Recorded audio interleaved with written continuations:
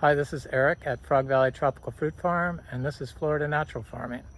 Today I'm going to go over the cashew. So we've probably got 100, possibly up to 150 to 200 cashew trees growing here now. And it's a multi-species system. They're not easily identified. I plant direct sow seeds from our own tree, and when I see them, I see them. I don't go looking for them, but I do know where there's a few. I'm also going to talk a little bit about their fertility, special things we do to aid in fertility and to build our fungal superorganism below ground, you know, the biodynamic horn. It's not really a biodynamic prep, but I'll go over that. We are not biodynamic certified, nor are we organic certified anymore. So we are certified by nature, and my videos, I feel, does enough certification. But anyway, so I'm going to go over phototrophic bacteria.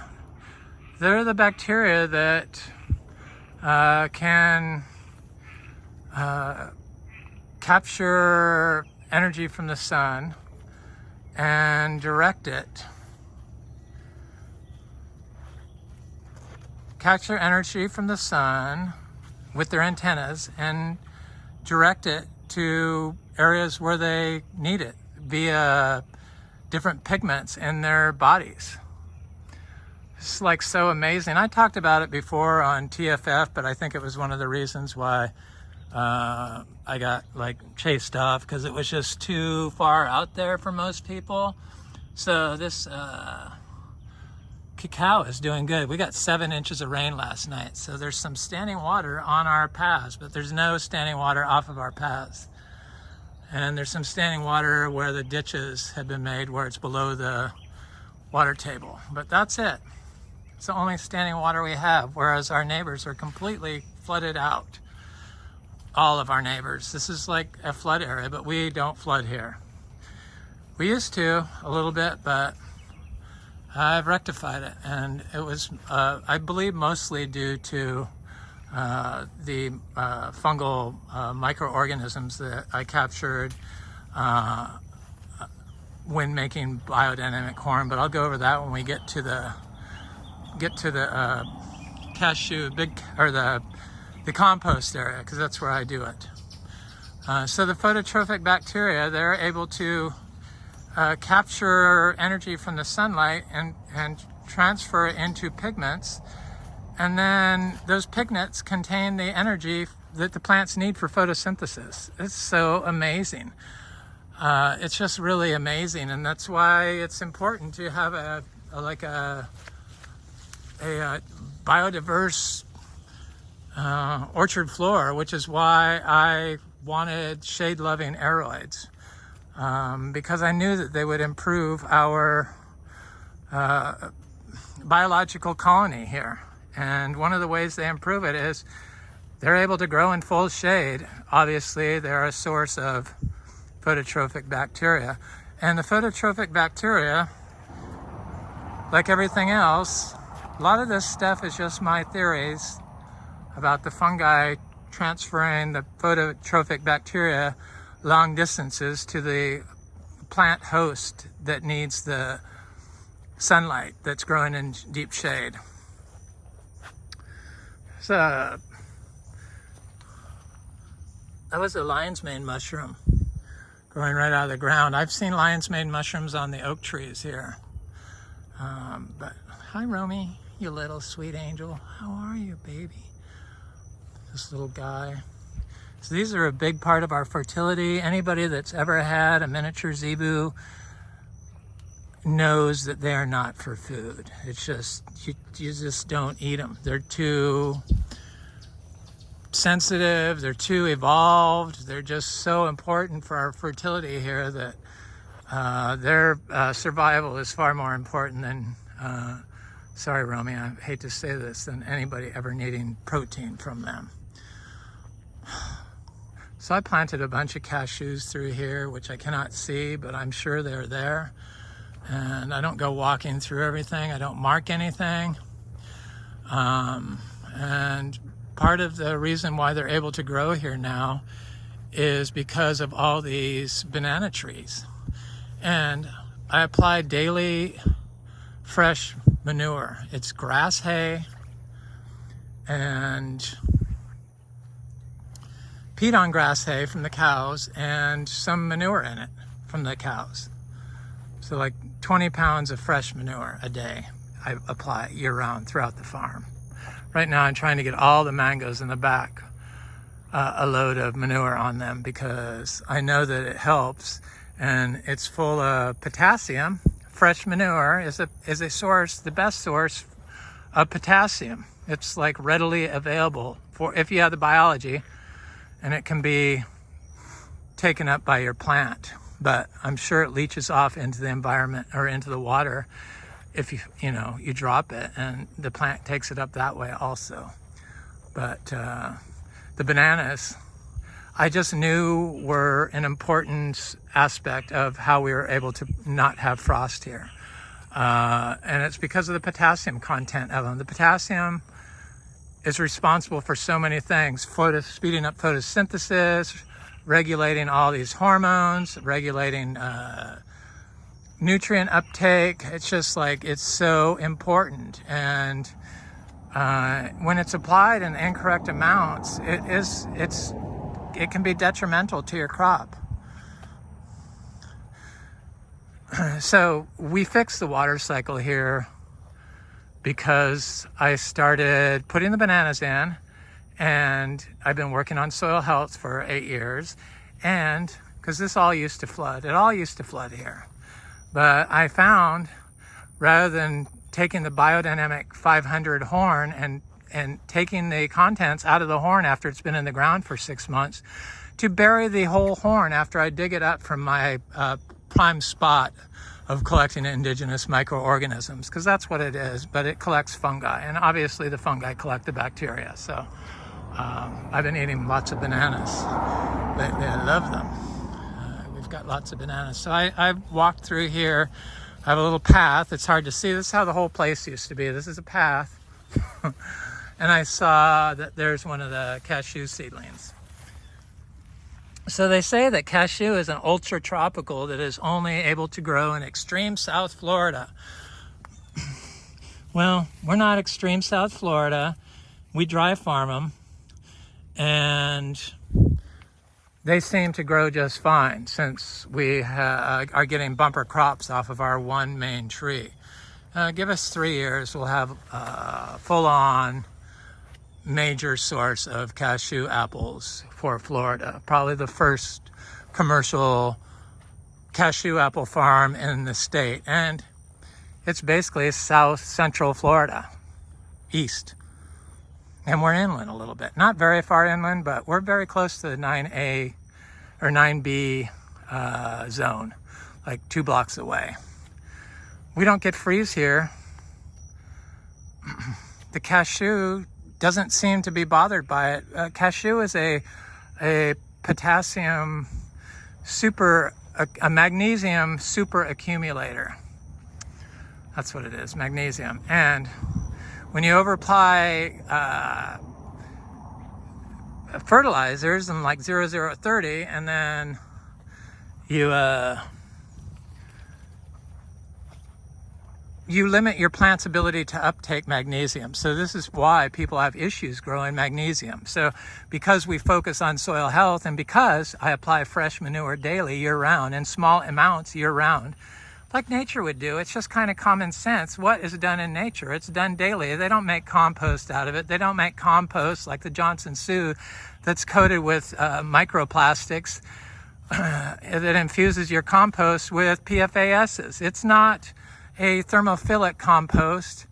It is a pile of manure and hay that's about 50 to 75 pounds wet that sits in place and breaks down quickly. And after a year, it's like compost that I can start anything in.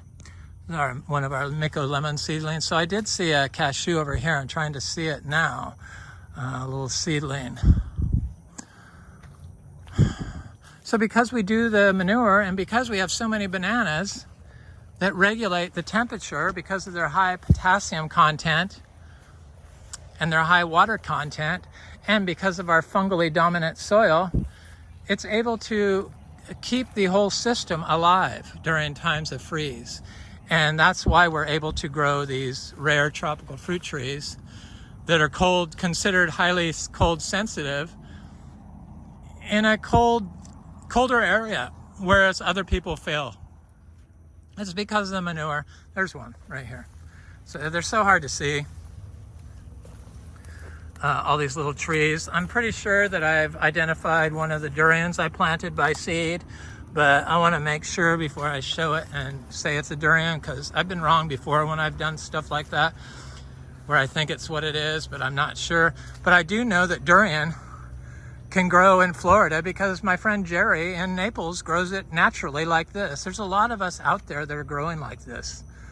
The word is out that this is superior to the University of Florida recommendations.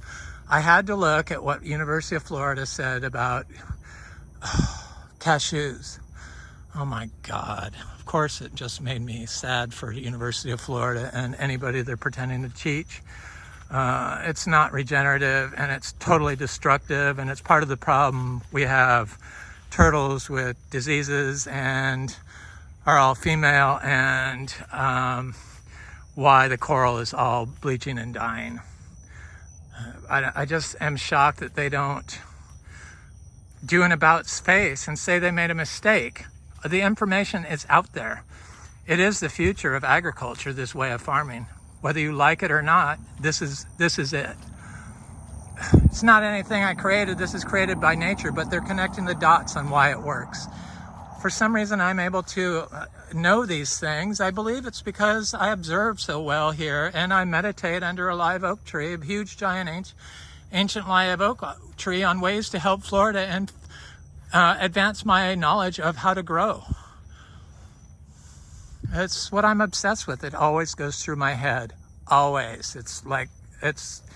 I wanted to slow it down. I tried to, but it just always comes back up.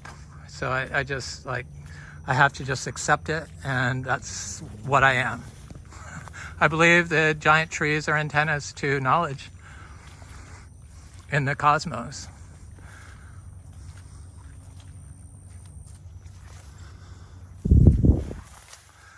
I mean, they're definitely antenna-like. Just like Rudolf Steiner said that cows' horns were like antennas. Yeah, I believe they are antennas for sensing things. Like insects have antennas. Feel vibrations and stuff like that. Danger. I believe the trees are the same thing. That they sense a danger and want to translate that information to us to progress our abilities to try to solve issues for everything. Because we're going to take everything down with us with the Pleistocene era. That's what's going to happen. I remain hopeful that enough people get on board and the downright ignorance stops. I mean, if you're using poisons to grow food, you're poisoning the people. Hello? It's not that hard to figure out. I'm sure everyone can understand that, and I'm sure everyone feels the same way. Except for the people that refuse to admit that they're wrong, that they've been applying chemicals to grow food. You're wrong. You've been wrong, and you are wrong, and it's been proven. So please try to do an about face. If you have it in you to evolve, please try to do so. The aroids are looking great. I'm working my way over to the cashews. I only say that because some of y'all have a few of you, not hardly any, but a few have come at me over my stance on chemicals.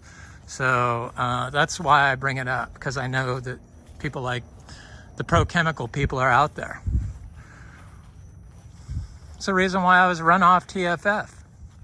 I had too much knowledge about organic growing for them to allow me to be on their pro-chemical website or whatever it is that pushes experts, so-called experts, personal chemical supply to the masses.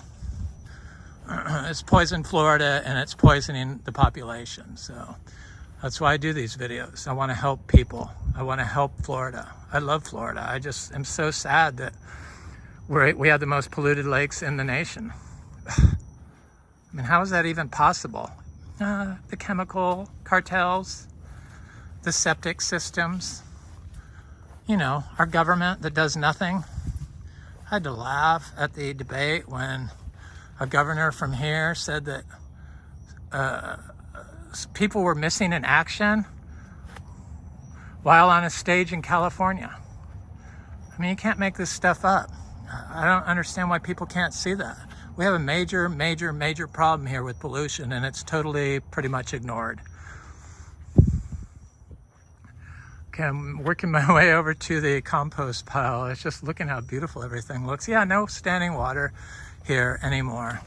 And the reason why that is because of, part of the reason, mostly because I've let the orchard floor grow out. I don't walk on it. I treat it like the sand dunes. It's good for the sand dunes to stay off of them. The same is good for the people to stay off the sand dunes here. And I try to say that we have low nutrient content in our soils because fertilizers acidify them and make them low in organic carbon. And when you acidify the soils, then calcium cannot be uptaken. And not only do the chemicals acidify the soils, but they compact them by removing all the carbon, eating up the carbon, putting it in the atmosphere. It's not so much the carbon in the atmosphere it's the problem, it's the nitrogen from the chemical pollutants and the septics. So this is where I make my compost. I've been doing it for years. First I started with big piles, then I did the Johnson Sioux method. I didn't put the shade cloth in there, but I put the PVC pipes in there for a while. Then I realized they were worthless. And then but they were always big piles. And then I discovered that just low, small piles was the best solution. So this is a pile right here. There's snakes in it. Little tiny snakes live in here. And this is our compost. And it's beautiful stuff. But nothing is as good as pure, clean cow manure or manures. Cow manure in particular is the best. So this is what I make the biodynamic corn in, which is a perfect capture of indigenous microorganisms. But what the Biodynamic Association says to do is to bury it at the fall equinox, dig it up at the spring equinox for 6 months. You fill it full of cow manure, you know, clean cow, horned cow, lactating horned cow. I don't think it matters. And I also don't think you need to bury it for 6 months. And I definitely don't think you have to bury it at the full moon. Just like they only put the IMOs from rice fermentation to capture Korean indigenous microorganisms. This is a fungally dominant indigenous microorganism powerhouse. So you fill the horn with crap, clean crap, not the stuff they use today, not the manure that has been fed grains, not the manure that's been fed the weed killer on the fields, not the manure that's, or, you know, the cows that have been fed the grass that's on the, you know, the graze on, not the cows that have been eating the grass where the fire ant killer has been put down, but preferably a holistically raised cow. So we don't give our cows minerals, we don't give our cows shots, they're totally healthy. And we don't give our cows bug sprays. They don't have any issues. So it's clean, I know it's clean. And this is a horn from Josephine Porter Institute in Virginia. Look it up. You can buy holistically raised cow horns, meaning they weren't from a slaughterhouse. They were holistically grown cows that either died naturally or were euthanized for food, but in a humane manner. So I put the manure in here and then I bury it now. So this is what I do. I don't do it for 6 months. It has more nutrients fresh. That's why the Biodynamic Association is saying to use the compost. That's just because the ecologists told them you're going to get E. coli, blah, blah, blah. Yeah, compost is good, but raw manure is better for our perennial system. And I found for vegetables for dry farming. It has a higher potassium content. So potassium is what's needed during times of drought or heavy flooding. Or for photosynthesis and for sending phototrophic bacteria via the mycelium from like shade-loving plants to plants that are in more shade. Our mangoes that produce multiple crops a year are mangoes that are in the same hole or shaded half the day by oak trees or some other trees. They're the ones that produce multiple crops a year, not the mangoes that are in full sun. And the phototrophic bacteria definitely have something to do with that. So I don't wait, a week in the ground, I just put it in the ground. I bury it like 6 inches under the ground, and I put it like this, or I put it like this, or I put it like that. I just don't want water sitting in it. And then in a really good area, and this is where the fungi, the ancient fungi, live, and around this giant live oak tree, or laurel oak, whatever you want to call it. It always has its leaves. I call it a live oak. It's a type of live oak. Not a classic term for live oak, but it's a live oak, a giant ancient live oak. And then I dig it up and I rebury it in areas that are lacking in biodiversity, meaning because this was all lawn for 55 years until we got it. And then I bury it where there's only horn, or where areas where it's frozen before, or trees got damaged, or areas that flood. And the biggest change I noticed was that the freeze stopped happening. It's in combination with the bananas and other plants and the living orchard floor. And bananas.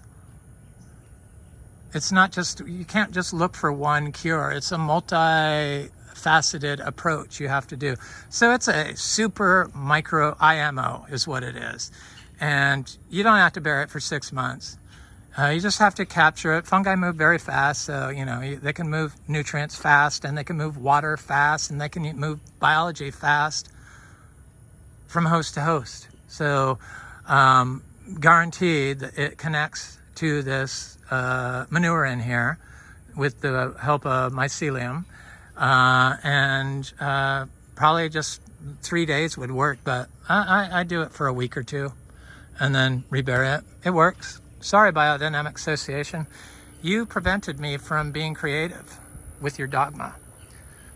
I believe in them, but they don't tell you how to make compost. They just tell you have to make compost. I guess they expect you to learn, which is a good way to do it. That's how I learned how to make superior compost. Basically, I just removed myself out of the equation and let nature take over. That seems to be the right answer. Anyway, I'm going to go look at the cashews, the big cashew. First, I'll look at a couple more little ones, and I'm an environmental freak. That's the problem with everything. I have electric cars.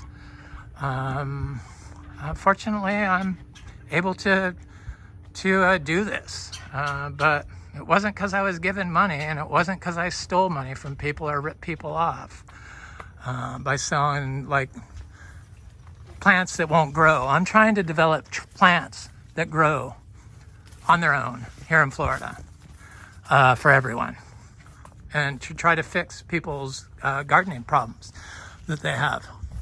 It seems to be working.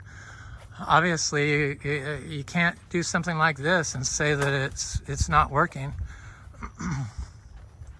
The more diversity you have, the better. That's why the biodynamic corn buried in the ground, you rebury it in the spots you want it to, fix.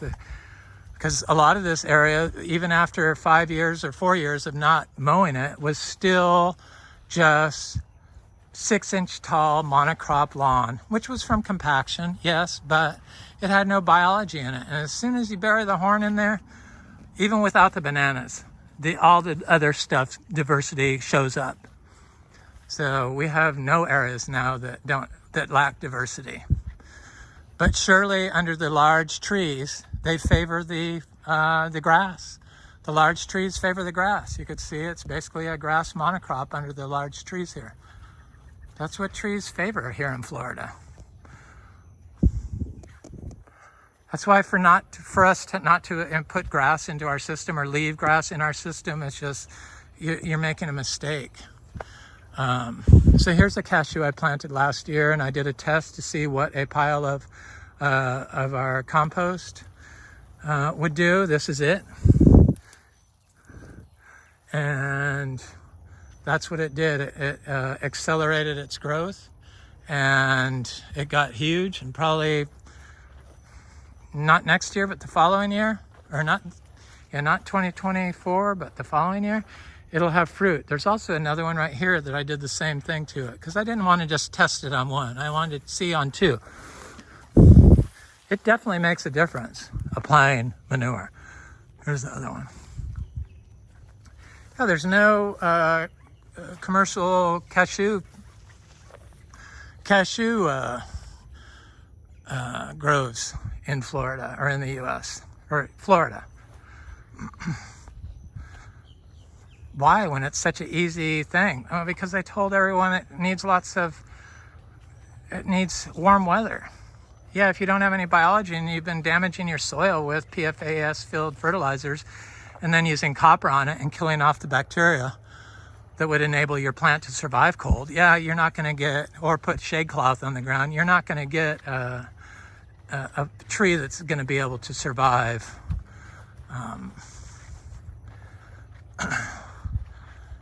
any changes in the environment. They also said, UFL, that they don't like water, but that's the complete opposite of what I found. I found that our tree will not produce fruit when it's not raining, but yet when it starts raining heavily, they produce fruit nonstop. Look at this MB tree. A lot of you want the MB fruit, but I don't really reserve fruit for anybody. I have some friends that of course, that come by here, then I will get fruit to them. I promised my friend Jerry. I trade with people, I trade plants with people, and that's one of the persons I want to trade plants with. So I have an open fruit and seed exchange policy with certain people, but some people, I'm not into selling plants. I'm not into selling fruit. I'm just into supporting like-minded people that want to help Florida and are growing pretty much naturally like this. Not really into like helping plant hoarders, getting rootstock or stuff like that, so that they can just put them in plastic containers and feed them Miracle Grow for the rest of their lives. That's not what program I'm signed on for. It's not who I am. But if you came by here, I'm more likely to get you what you need. Whereas if you never came by here, I would never have any reason to. So here's the giant cashew, and this thing is huge. And for several weeks this year, it was producing 35 fruit a day. And the University of Florida says it takes 3 to 4 months for the flower to make fruit. I found that this cashew tree in our fungally dominant soil can go from flower to full-size fruit in just like less than a week when it's getting a lot of rain. And the temperature is just right. I did a video. You can look at my probably June or July videos. I just did here's the flowers right here. So it's raining heavily, so it's like sending out flowers. And I guess my stuff is just different than everyone else's because of the way we grow. There's more flowers up here. This tree is huge, so you got to make room for this tree, but You could probably plant a lot of other different trees in it, as long as you have focused on the biology. There's so many little cashews growing underneath it of seeds that I didn't pick up. It's just, I believe this property is probably going to be like so full of cashew trees in the near future that it's going to be just an amazing spot. I sure wish this seed grown jackfruit would fruit. I'm gonna look at a couple more seedlings and I'm gonna call it quits with this video. This is a Valkyrie mango. So our mangoes that give multiple crops a year, they're just like 3-year-old trees. 3-year-old trees. Can you imagine what they're going to be doing in another 5 years? It's just like the future is our oyster here at Frog Valley Tropical Fruit Farm. That's why, you know, I do want to sell this place, but I'm not going to sell it to anybody. That's why it's not listed with a real estate agent. I got to know what you're about. I'm sure the chemical cartels would love to come in here and shut me down, but it ain't gonna happen because I don't have to sell to you if I don't want to. And I'm looking for the right young family. I found them, but of course the young people don't have the money, and I'm not really willing to negotiate on the price. It's just worth so much. There's a cashew seedling. So this is a cashew that I never gave the manure to. It's doing okay. I don't know if it's better to rush them. In fact, it probably isn't, but if you're rushing them with a little bit of manure, I think it's okay. But if you're rushing them with chemicals, that's what the University of Florida said. Apply 1 pound of fertilizer a month for the first 3 years, and then raise it according to the size of the tree. So when the cashew tree gets 50 times that size, you put, what, 50 pounds per tree? That's what's wrong with them. So 50 pounds per tree per year times 100 trees. 50,000 pounds of nitrogen.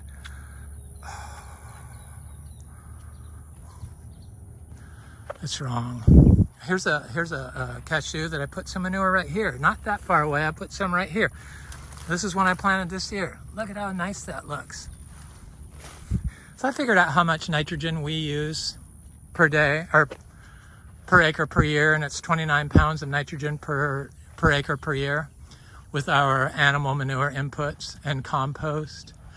Because I do use a little bit of compost. I used to do all the biodynamic stuff, the dogma they told you to do, because I wanted to reach a certain level of fertility, and it helped.